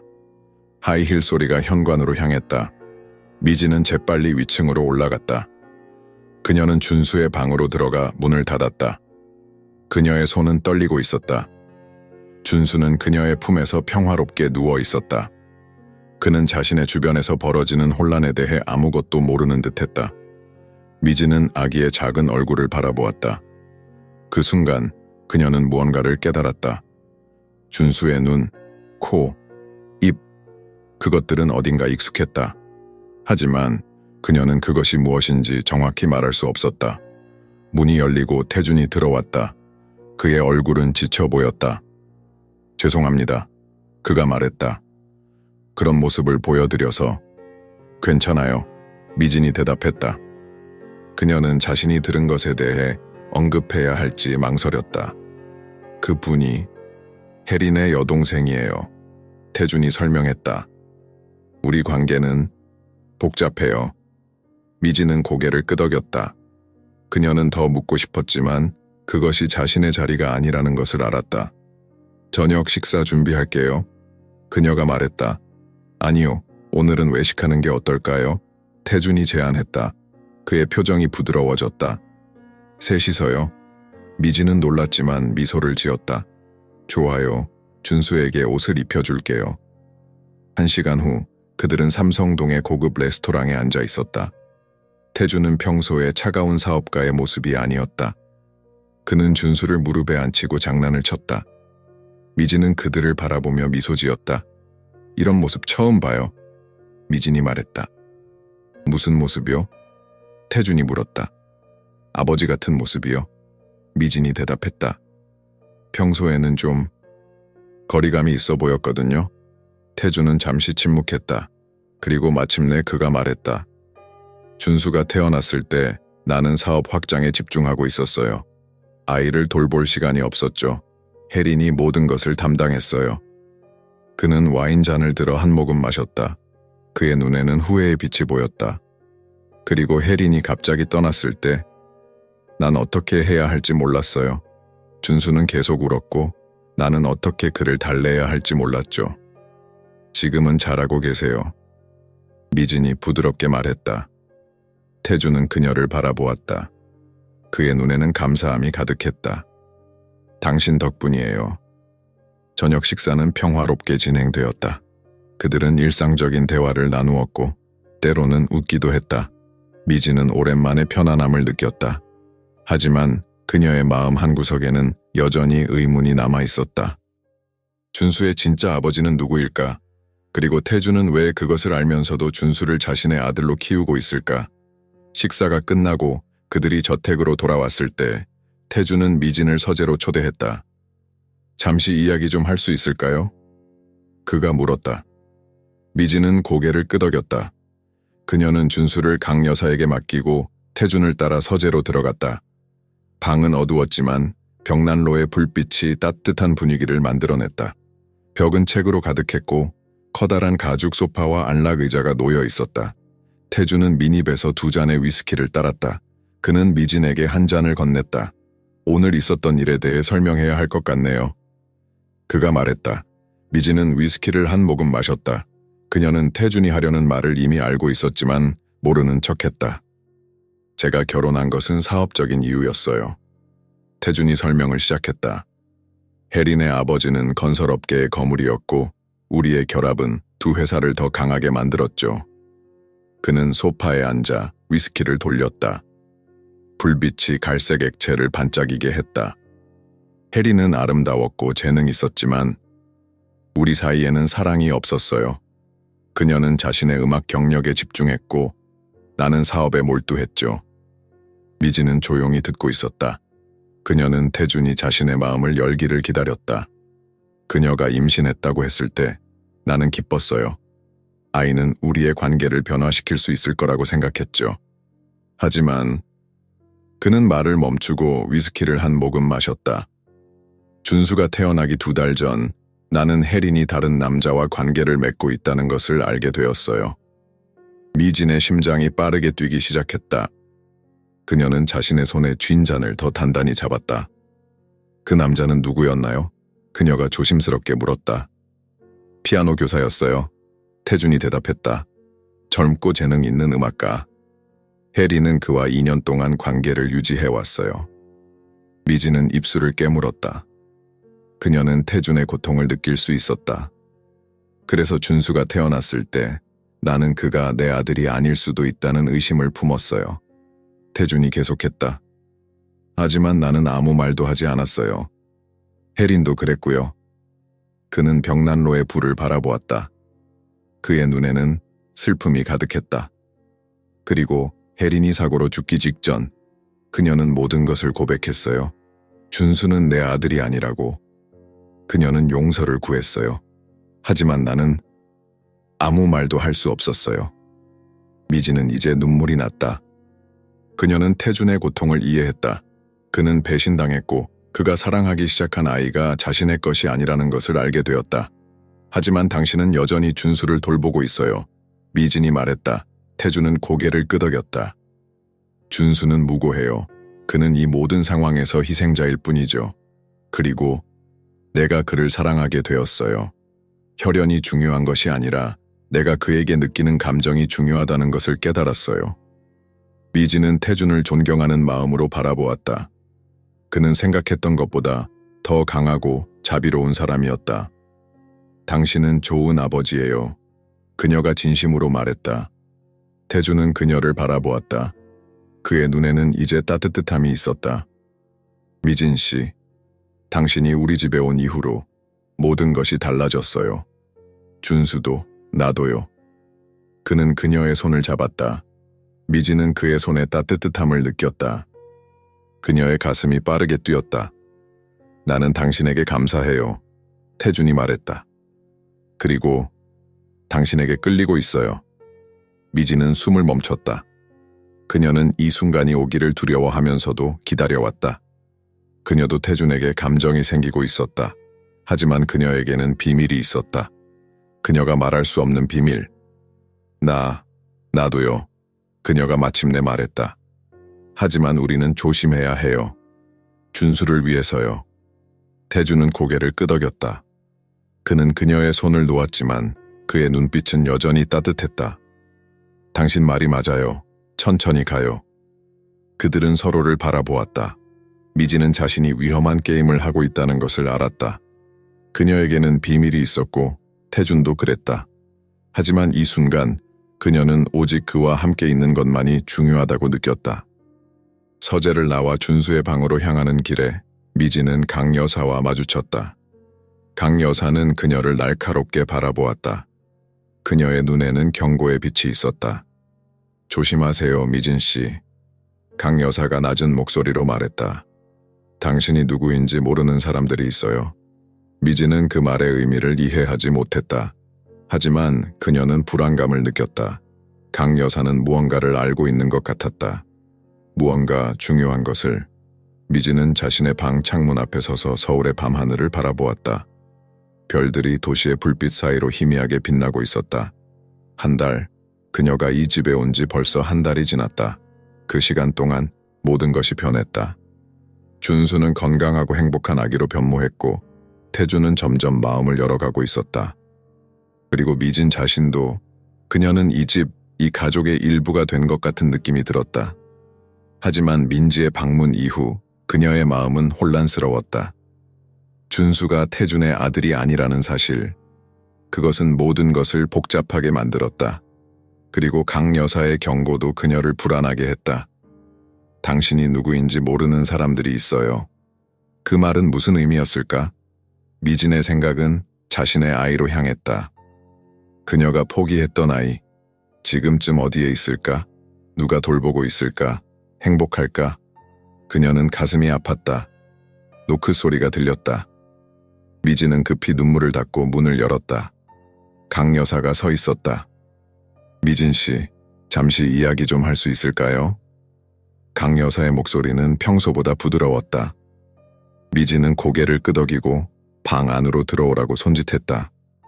강 여사는 문을 닫고 그녀를 향해 돌아섰다. 미진 씨, 당신과 회장님 사이에 무슨 일이 있는지 알고 있어요. 강 여사가 직설적으로 말했다. 미진의 얼굴이 붉어졌다. 무슨 말씀이세요? 눈에 보여요. 강 여사가 대답했다. 당신들이 서로를 바라보는 방식, 그리고 서재에서 나눈 대화도 들었어요. 미진은 침대에 앉았다. 그녀는 갑자기 지친 느낌이 들었다. 저희는 그저 사랑에 빠지고 있어요. 강 여사가 그녀의 말을 마쳤다. 알아요. 하지만 미진 씨, 이 집은 비밀로 가득해요. 당신도 비밀을 가지고 있고 회장님도 그래요. 미진은 강 여사를 바라보았다. 무슨 비밀이요? 강 여사는 한숨을 내쉬었다. 그녀는 미진 옆에 앉았다. 이 집에서 25년을 살다 보면 많은 것을 보고 듣게 돼요. 혜린 여사님과 회장님의 관계, 준수의 출생, 그리고 그녀는 말을 멈추고 미진의 눈을 깊이 바라보았다. 미진 씨, 당신의 비밀에 대해 더 알아봤어요. 미진의 심장이 빠르게 뛰기 시작했다. 무슨 말씀이세요? 당신의 아이가 입양됐다는 것뿐만 아니라 어디로 입양됐는지도 알아냈어요. 강 여사가 말했다. 미진은 숨을 멈췄다. 그녀의 온몸이 얼어붙는 것 같았다. 어디로요? 강 여사는 잠시 침묵했다. 그리고 마침내 입을 열었다. 미진 씨, 당신은 진실을 알 필요가 있어요. 하지만 그것은 당신을 아프게 할 수도 있어요. 미진은 두려움을 느꼈다. 하지만 그녀는 알아야 했다.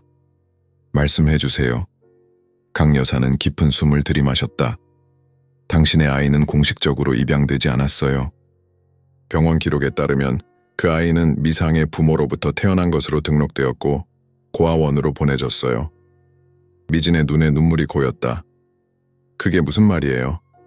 제가 아이를 입양기관에 맡겼는데 기관이 실수를 했거나 아니면 강 여사가 말을 멈췄다. 아니면 뭐요? 미진이 물었다. 그녀의 목소리는 떨리고 있었다. 아니면 누군가가 의도적으로 기록을 변경했을 수도 있어요. 강 여사가 마침내 말했다. 그리고 그 아이는 나중에 개인적으로 입양되었어요. 미진은 이제 흐느끼고 있었다. 누구에게요? 제 아이는 누구에게 갔나요? 강 여사는 미진의 손을 잡았다. 그녀의 눈에도 눈물이 고여 있었다. 혜린 여사님에게요. 세상이 미진의 주위에서 무너지는 것 같았다. 그녀는 강 여사의 말을 이해할 수 없었다. 무슨 말이에요? 혜린 여사님은 불임이었어요. 강 여사가 설명했다. 그녀는 아이를 가질 수 없었지만 회장님에게는 말하지 않았어요. 그녀는 임신한 척했고 그동안 비밀리에 아이를 입양하려고 했어요. 그녀는 중개인을 통해 당신의 아이를 찾았고 서류를 조작해 그 아이가 자신의 친자식인 것처럼 꾸몄어요. 미진은 이제 말을 할 수 없었다. 그녀의 머릿속은 혼란스러웠다. 그녀는 자신의 귀를 의심했다. 준수는 그녀가 마침내 속삭였다.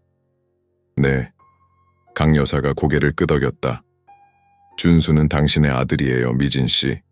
미진은 비명을 지르고 싶었다. 그녀는 팔로 얼굴을 가리고 몸을 앞뒤로 흔들었다. 그녀의 아들, 그녀가 포기했던 아들, 그가 바로 여기, 이 집에 있었다. 그녀가 매일 돌보던 아기였다. 그녀가 비행기에서 우연히 만난 아기였다. 어떻게 이런 일이? 미지는 말을 더듬었다. 운명이라고 생각해요. 강 여사가 말했다. 당신과 준수는 다시 만나기로 되어 있었나 봐요. 미지는 갑자기 일어섰다. 그녀는 준수의 방으로 달려가고 싶었다. 그녀의 아들을 안고 키스하고 그에게 진실을 말하고 싶었다. 하지만 강 여사가 그녀를 막았다. 기다려요. 강 여사가 말했다. 아직 회장님은 모르세요.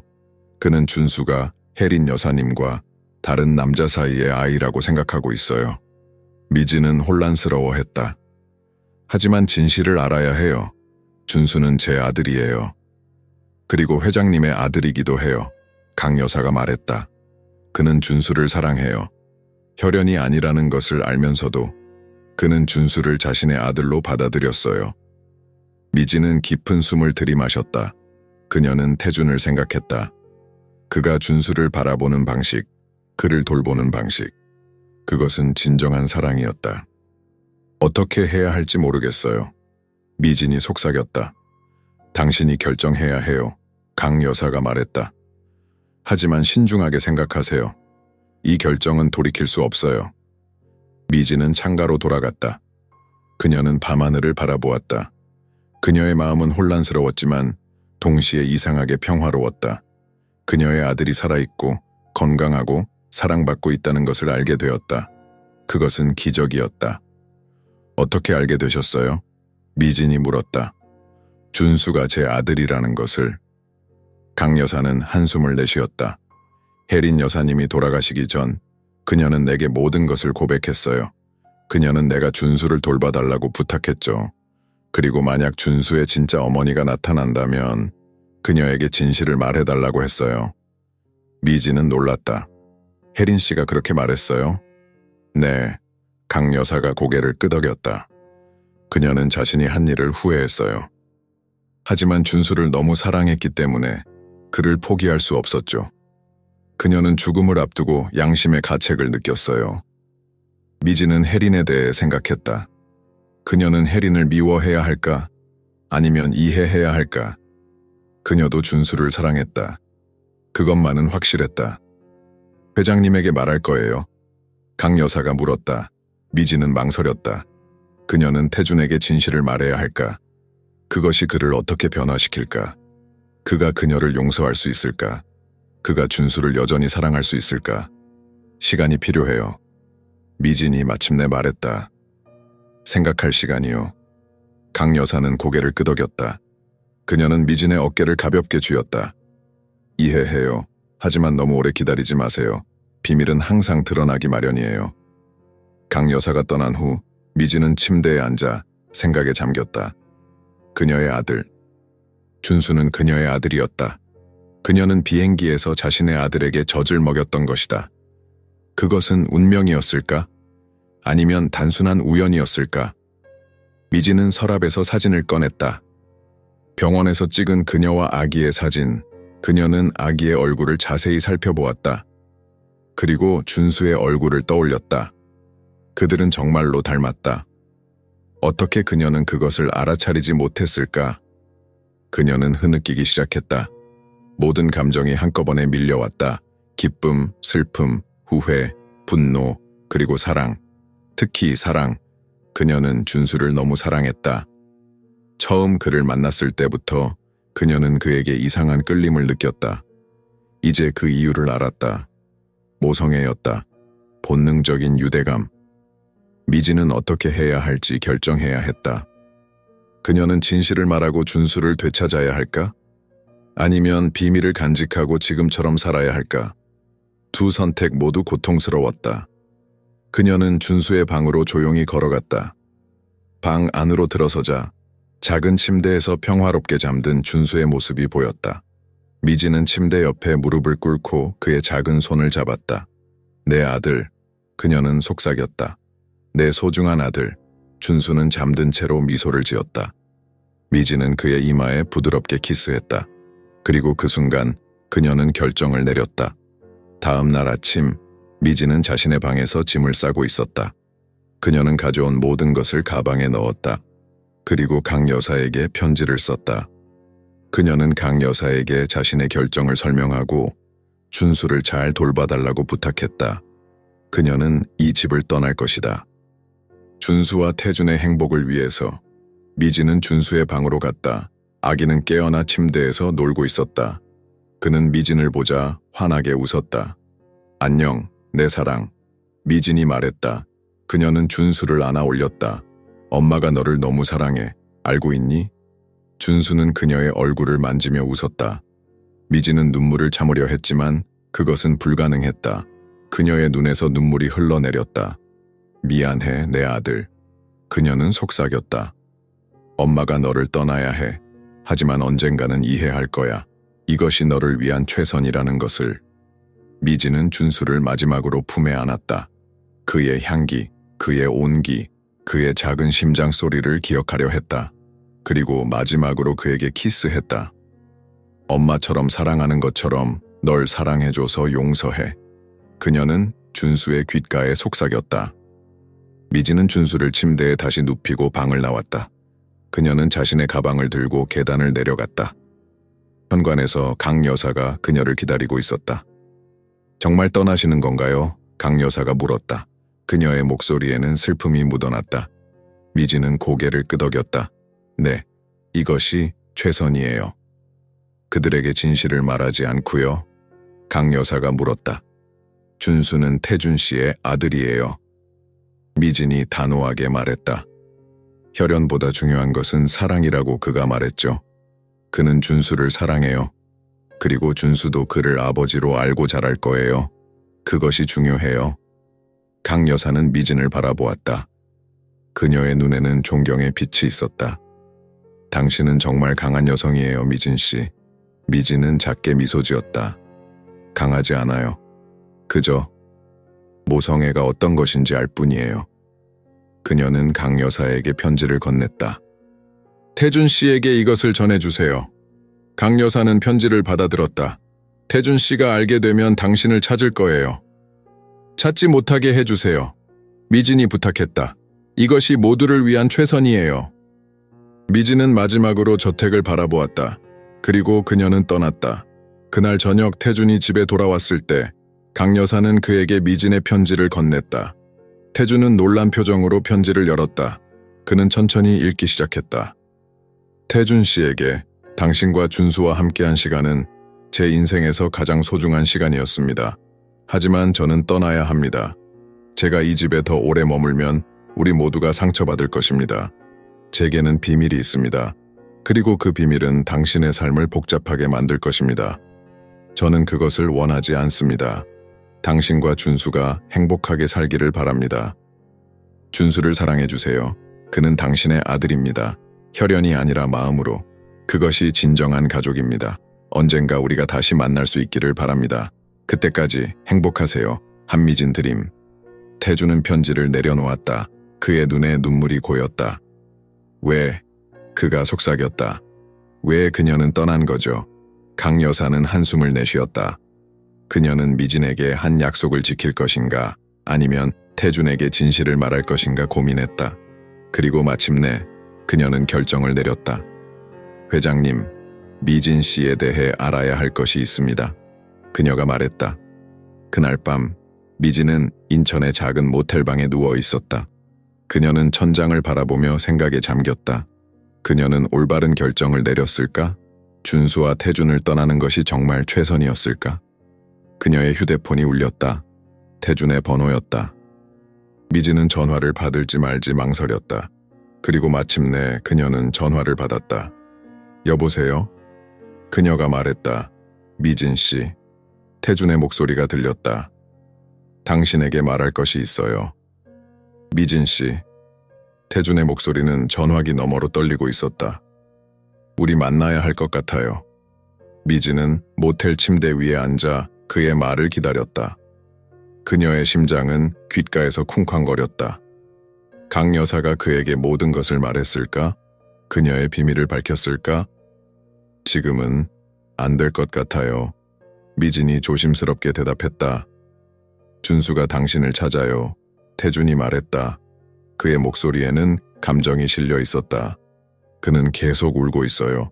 당신이 없는 것을 느끼는 것 같아요. 미진의 눈에 눈물이 고였다. 그녀의 아들이 그녀를 찾고 있다니 그것은 그녀의 가슴을 아프게 했다. 미진 씨, 제발 돌아와 주세요. 태준이 부탁했다. 우리는 당신이 필요해요. 미진은 입술을 깨물었다. 그녀는 돌아가고 싶었다. 온 마음을 다해 준수와 함께 있고 싶었다. 하지만 그녀는 두려웠다. 태준이 진실을 알게 되면 어떻게 반응할지 두려웠다. 생각할 시간이 필요해요. 그녀가 마침내 말했다. 내일 연락드릴게요. 그녀는 전화를 끊었다. 미진은 다시 침대에 누워 천장을 바라보았다. 그녀의 마음은 혼란스러웠다. 이제 그녀는 어떻게 해야 할까? 다음 날 아침, 미진은 인천 해변을 따라 걸었다. 차가운 바닷바람이 그녀의 얼굴을 스쳤다. 그녀는 마음의 평화를 찾으려 했지만 그것은 불가능했다. 그녀의 생각은 계속해서 준수와 태준으로 향했다. 갑자기 그녀의 휴대폰이 울렸다. 모르는 번호였다. 여보세요? 미진이 전화를 받았다. 한미진 씨인가요? 낯선 여성의 목소리가 들렸다. 네, 그런데요. 누구시죠? 저는 서울중앙병원의 김지연 간호사입니다. 여성이 대답했다. 미진 씨를 만나고 싶은데 가능할까요? 미진은 혼란스러웠다. 저를 어떻게 아시죠? 뉴스에서 봤어요. 김지연이 말했다. 비행기에서 아기에게 젖을 먹인 승무원 이야기요. 미진 씨 사진이 나왔어요. 미진은 놀랐다. 그녀는 그 이야기가 뉴스에 나온 줄 몰랐다. 무슨 일로 저를 만나고 싶으신가요? 직접 만나서 이야기하고 싶어요. 김지연이 대답했다. 중요한 일이에요. 미진 씨의 아이에 관한 일이에요. 미진의 심장이 멈추는 듯했다. 제 아이요? 네. 김지연의 목소리가 떨렸다. 제가 미진 씨의 아이가 태어났을 때 담당 간호사였어요. 2시간 후 미진은 서울중앙병원 근처의 조용한 카페에 앉아 있었다.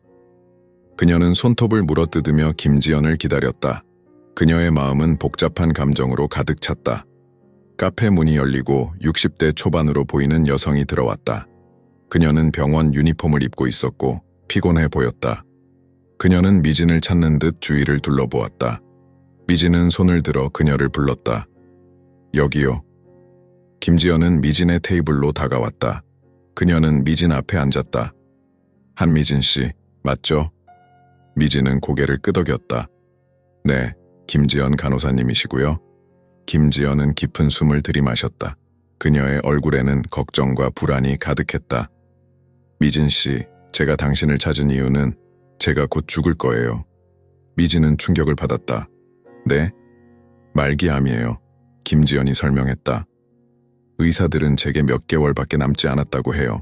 그리고 제가 가진 모든 비밀을 정리하고 싶어요. 특히 당신의 아이에 관한 비밀을요. 미진은 숨을 멈췄다. 그녀는 김지연의 다음 말을 기다렸다. 4개월 전 미진 씨가 아이를 낳았을 때 저는 그날 밤 근무 중이었어요. 김지연이 말했다. 미진 씨는 아이를 보지 않겠다고 했고 바로 입양기관에 보내달라고 했죠. 미진은 고개를 끄덕였다. 그날의 기억이 생생하게 떠올랐다. 출산의 고통, 그리고 그 후의 공허함.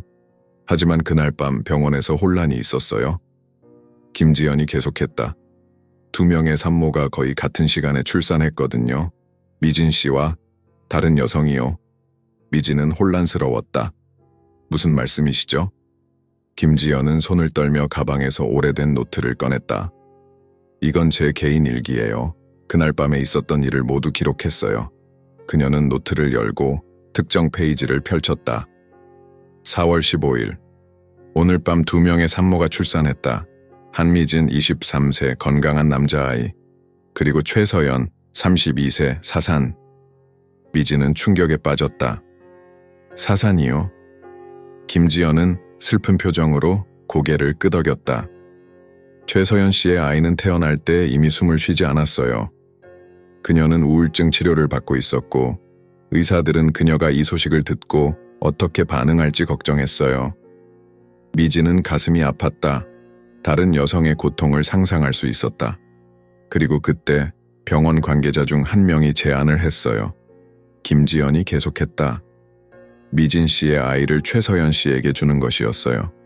미진 씨는 아이를 원하지 않았고 최서연 씨는 너무나 아이를 원했으니까요. 미진의 심장이 빠르게 뛰기 시작했다. 그게 가능한가요? 물론 불법이죠. 김지연이 대답했다. 하지만 그들은 서류를 조작했어요. 미진 씨의 아이는 미상의 부모에게서 태어난 것으로 기록되었고 최서연 씨의 아이는 살아서 태어난 것으로 기록되었어요. 미진은 믿을 수 없었다. 그럼 제 아이는 어디로 갔나요? 처음에는 최서연 씨에게 갔어요. 김지연이 설명했다. 하지만 그녀는 산후 우울증이 심해졌고 결국 아이를 키울 수 없었어요. 그녀는 아이를 입양 보냈어요. 입양이요? 미진의 목소리가 떨렸다. 누구에게요? 김지연은 깊은 숨을 들이마셨다. 송혜린이라는 여성에게요. 세상이 미진의 주변에서 멈춘 것 같았다. 송혜린, 태준의 아내, 준수의 어머니. 그럼 준수는? 미진이 말을 더듬었다. 네. 김지연이 고개를 끄덕였다. 준수는 미진 씨의 아들이에요. 미진은 믿을 수 없었다. 그녀는 이미 강 여사로부터 이 사실을 들었지만 이제 다른 소스에서 확인을 받았다. 그것은 꿈이 아니었다. 현실이었다. 어떻게 이런 일이? 미진은 말을 잇지 못했다. 운명이라고 생각해요. 김지연이 말했다. 미진 씨가 비행기에서 자신의 아이를 만난 것은 우연이 아니었을 거예요. 미진은 눈물을 참을 수 없었다. 그녀의 눈에서 눈물이 흘러내렸다. 제 아들이 여기 있었어요. 미진 씨, 저는 제가 한 일에 대해 용서를 구하러 온 게 아니에요. 김지연이 말했다. 저는 당신이 진실을 알 권리가 있다고 생각했어요. 특히 당신이 자신의 아이를 다시 만났다는 것을 알게 된 지금은요. 미진은 김지연을 바라보았다. 그녀의 눈에는 분노가 아닌 감사함이 가득했다. 고마워요, 간호사님. 진실을 말해주셔서. 당신은 어떻게 할 건가요? 김지연이 물었다. 준수를 되찾을 건가요? 미진은 잠시 생각했다. 그녀는 이미 이 질문에 대한 답을 알고 있었다.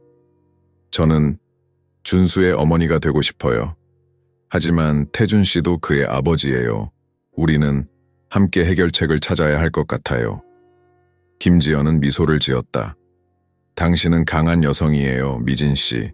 당신의 아들은 행운아예요. 미진은 자리에서 일어났다. 그녀는 무엇을 해야 할지 알았다. 가봐야 할 것 같아요. 감사합니다, 간호사님. 미진은 카페를 나와 택시를 잡았다. 성북동으로 가주세요. 그녀는 운전기사에게 말했다. 택시가 서울의 거리를 달리는 동안 미진은 창밖을 바라보았다. 도시의 불빛들이 빠르게 지나갔다. 그녀의 마음은 이제 평화로웠다. 그녀는 무엇을 해야 할지 알았다. 1시간 후 미진은 태준의 저택 앞에 서 있었다. 그녀는 깊은 숨을 들이마시고 초인종을 눌렀다. 곧 문이 열리고 강 여사가 나타났다. 미진 씨, 강 여사가 놀란 표정으로 외쳤다. 돌아오셨군요. 미진은 미소를 지었다. 네, 제가 있어야 할 곳으로 돌아왔어요. 강 여사는 미진을 안으로 들어오게 했다. 회장님은 서재에 계세요. 준수는 잠들었어요. 미진은 고개를 끄덕였다. 강 여사님, 제가 해야 할 일이 있어요. 하지만 먼저 준수를 보고 싶어요.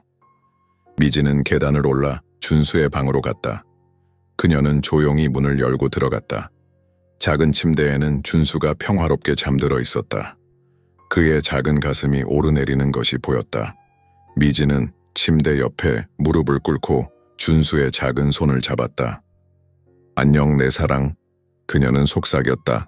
엄마가 돌아왔어. 이제 다시는 떠나지 않을게. 준수는 잠든 채로 미소를 지었다.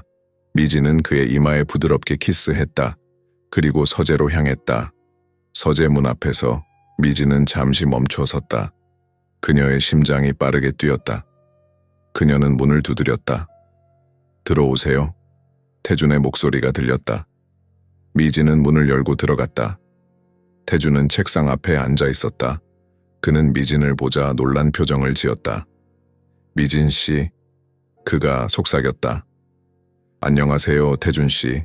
미진이 대답했다. 그녀는 태준 앞에 섰다. 돌아왔어요. 태준은 자리에서 일어났다. 그는 미진을 바라보았다. 그의 눈에는 복잡한 감정이 담겨 있었다. 왜 떠났었나요? 미진은 깊은 숨을 들이마셨다. 제가 설명할게요. 하지만 먼저, 태준 씨는 준수에 대한 DNA 검사를 하셨나요? 태준은 놀랐다. 어떻게 알았죠? 강 여사님이 말해주셨어요. 미진이 대답했다. 결과는요?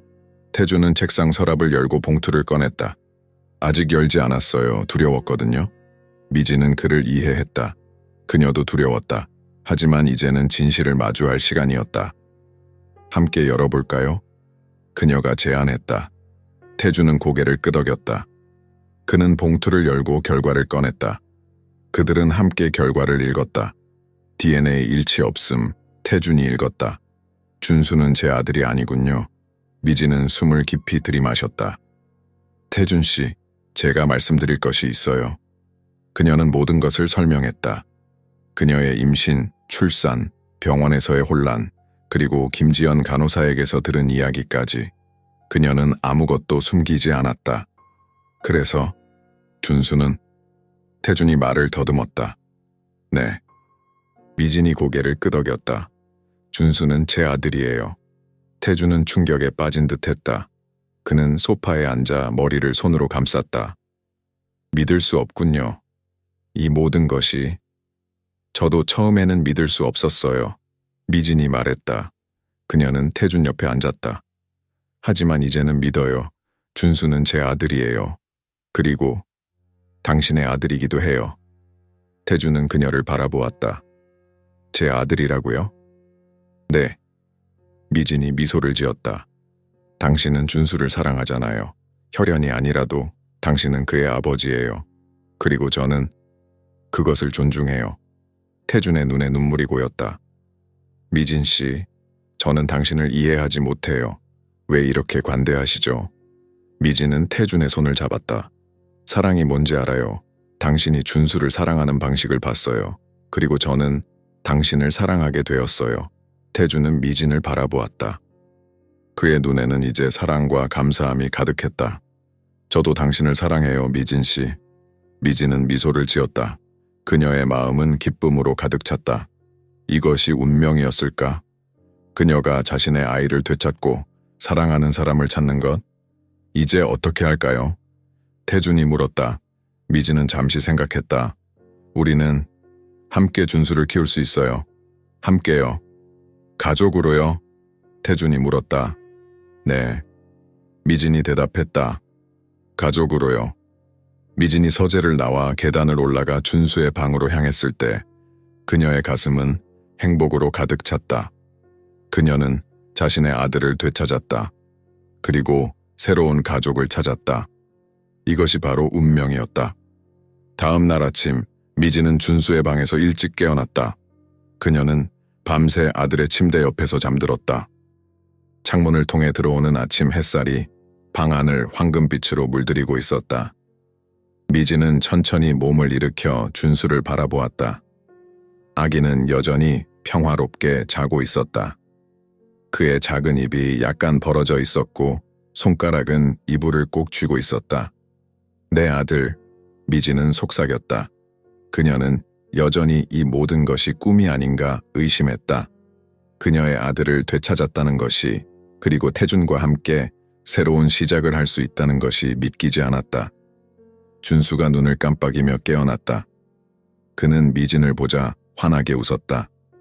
그의 작은 팔이 그녀를 향해 뻗어졌다. 마마, 그가 작은 목소리로 말했다. 미진의 심장이 멈추는 듯했다. 그것은 아들의 첫말이었다. 그리고 그 말은 엄마였다. 그녀의 눈에 눈물이 고였다. 그래, 내 사랑. 엄마야. 그녀는 준수를 안아 올렸다.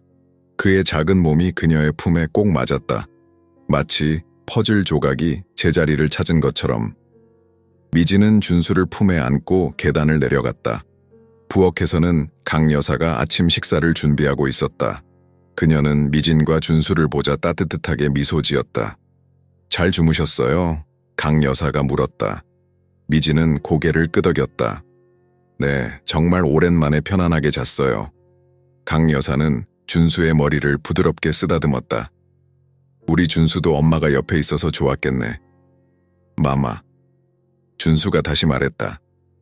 그는 미진의 얼굴을 작은 손으로 만졌다. 강 여사의 눈이 커졌다. 말을 해요. 네, 오늘 아침에 처음으로 마마라고 했어요. 미진이 자랑스럽게 말했다. 회장님이 들으시면 좋아하실 거예요. 강 여사가 말했다. 그는 지금 서재에 계세요. 아침 일찍부터 전화 통화 중이시죠. 미진은 불안해졌다. 태주는 무엇을 계획하고 있을까? 그는 어젯밤의 대화 후에 어떤 결정을 내렸을까? 커피 한 잔 마실래요? 강 여사가 물었다. 네, 감사합니다. 미진이 대답했다. 그녀는 준수를 높은 의자에 앉히고 과일 피레를 먹이기 시작했다. 잠시 후 태준이 부엌으로 들어왔다.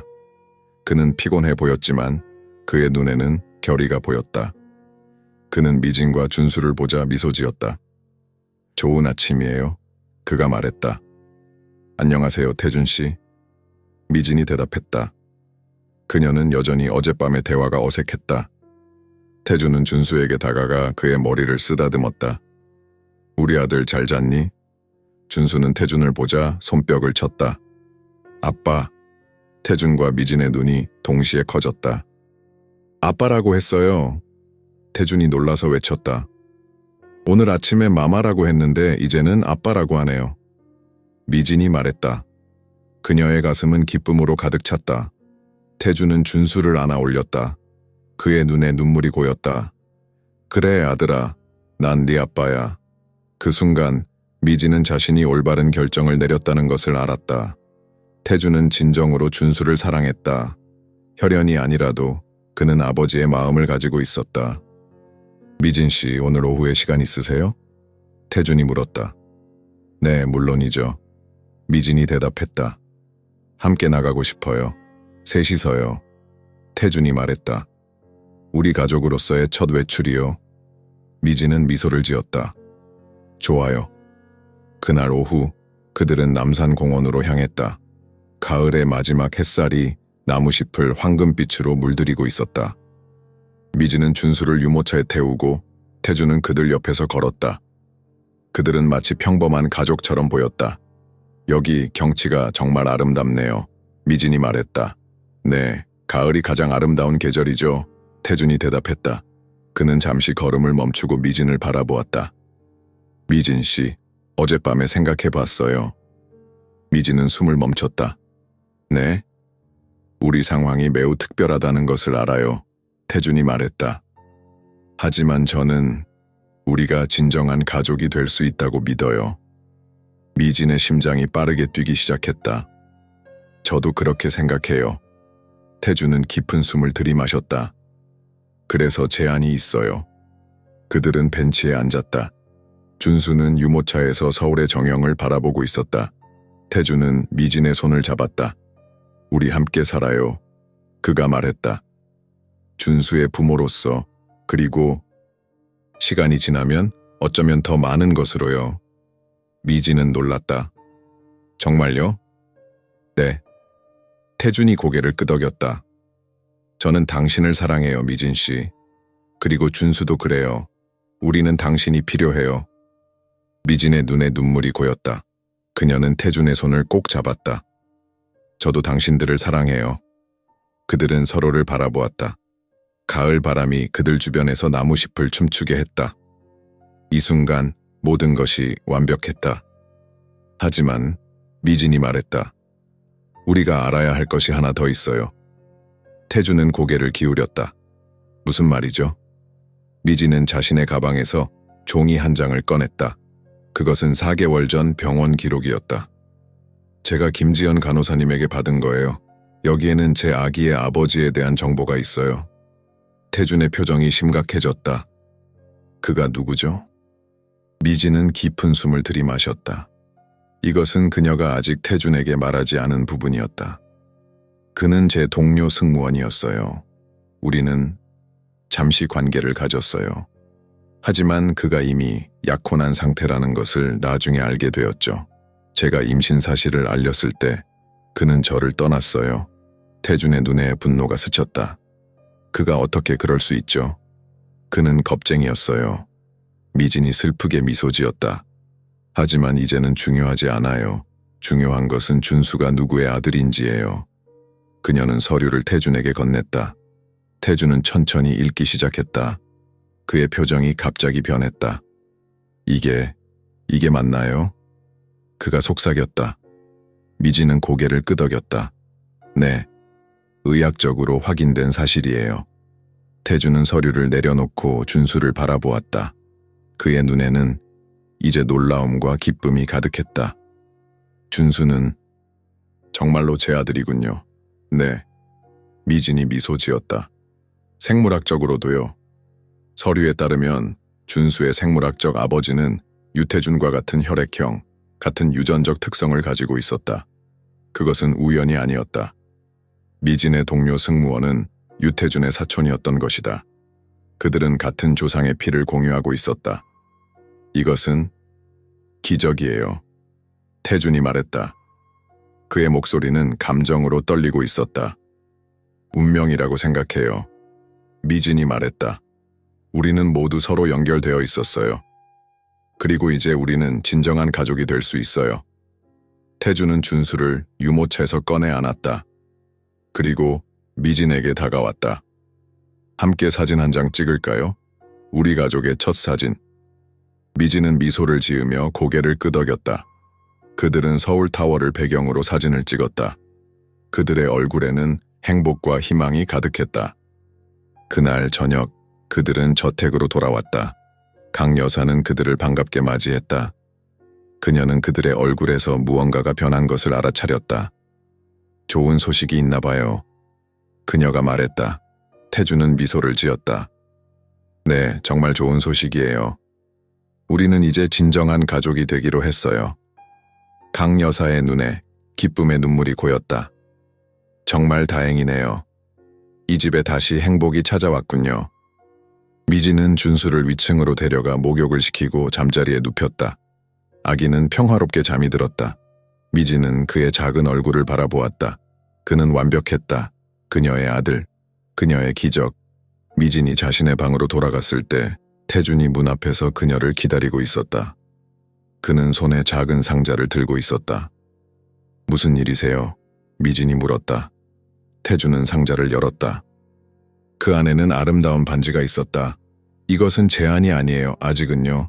하지만 약속이에요. 미진은 놀랐다. 약속이요? 네. 태준이 고개를 끄덕였다. 우리가 함께 준수를 키우고 서로를 더 알아가고 그리고 언젠가 우리가 준비되면 이 반지가 진짜 약혼 반지가 될 거예요. 미진의 눈에 눈물이 고였다. 그녀는 반지를 바라보았다. 그것은 단순하지만 아름다웠다. 마치 그들의 관계처럼. 약속을 받아들이겠습니다. 그녀가 말했다. 태준은 반지를 미진의 오른손 약지에 끼웠다. 그리고 그녀의 손에 키스했다. 언젠가 이 반지가 왼손으로 옮겨갈 거예요. 미진은 미소를 지었다. 기다리고 있을게요. 태준은 미진을 부드럽게 안았다. 그들의 가슴이 서로 닿았을 때 미진은 그들의 심장이 같은 리듬으로 뛰는 것을 느꼈다. 그것은 완벽한 조화였다. 다음날 아침, 미진은 준수를 데리고 저택의 정원에 나갔다. 가을의 마지막 햇살이 그들을 따스하게 감쌌다. 미진은 정원 벤치에 앉아 준수에게 젖을 먹이기 시작했다. 그녀의 젖은 아직 나오고 있었다. 비록 많지는 않았지만 준수에게 주기에 충분했다. 미진은 준수가 젖을 먹는 것을 지켜보았다. 그의 작은 입이 열심히 움직이고 있었다. 그의 눈은 그녀를 바라보고 있었다. 그 눈빛 속에는 사랑과 신뢰가 가득했다. 내 아들, 미진은 속삭였다.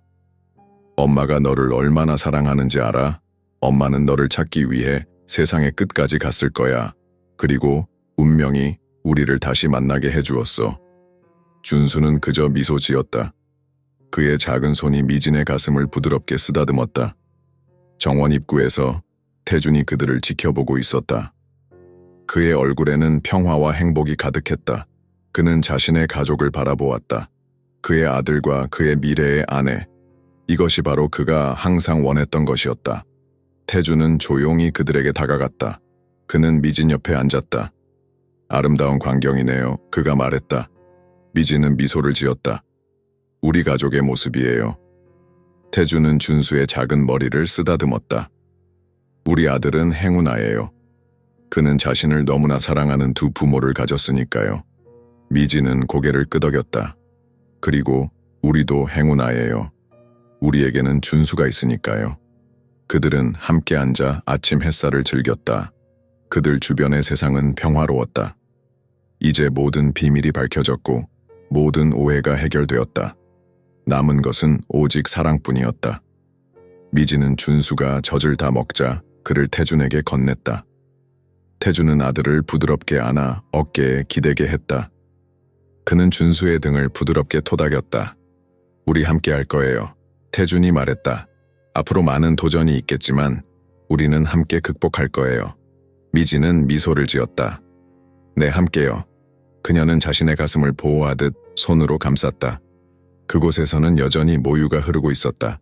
그것은 그녀의 아들에 대한 약속의 표시였다. 그녀는 절대 그를 떠나지 않을 것이다. 절대로. 때로는 젖은 몸에서만 나오는 게 아니에요. 미진이 말했다. 영혼에서도 나와요. 태준은 고개를 끄덕였다. 그는 미진의 말의 의미를 이해했다. 그것은 단순한 모유가 아니었다. 그것은 사랑의 표현이었다. 헌신의 표현이었다. 약속의 표현이었다. 우리 셋은 이제 하나예요. 태준이 말했다. 그 누구도 우리를 갈라놓을 수 없어요. 미진은 태준의 손을 잡았다. 그녀의 손가락에 있는 약속 반지가 햇살 아래 반짝였다. 영원히요. 어떤 때는 우리 인생에서 가장 큰 축복이 가장 예상치 못한 순간에 찾아옵니다. 한미진은 단순한 친절의 행동으로 자신의 잃어버린 아이를 되찾았습니다. 그녀가 비행기에서 낯선 아기에게 젖을 먹인 그 순간 운명의 실이 다시 엮이기 시작했습니다. 여러분이라면 어땠을까요? 모든 것을 잃었다고 생각했을 때 다시 한번 기회가 찾아온다면 그것을 붙잡을 용기가 있으셨을까요? 사랑은 혈연보다 더 강합니다. 태준은 준수가 자신의 친자식이 아니라는 것을 알면서도 아버지로서의 사랑을 포기하지 않았습니다. 때로는 진정한 가족이란 피보다 선택에 의해 만들어집니다. 우리 모두는 인생에서 어려운 선택의 순간을 맞이합니다. 미진처럼 사랑하는 사람을 위해 자신을 희생할 수 있을까요? 아니면 태준처럼 과거의 상처를 넘어 새로운 사랑을 받아들일 수 있을까요? 이 이야기가 여러분의 마음에 감동을 주었다면 채널 구독과 좋아요, 그리고 공유를 부탁드립니다. 여러분의 생각을 댓글로 남겨주세요. 여러분이 미진의 입장이었다면 어떤 선택을 했을지 또는 이 이야기에서 어떤 메시지를 얻으셨는지 알려주세요. 인생의 이야기는 계속됩니다. 그리고 여러분의 이야기도 언젠가 누군가에게 희망이 될 수 있습니다.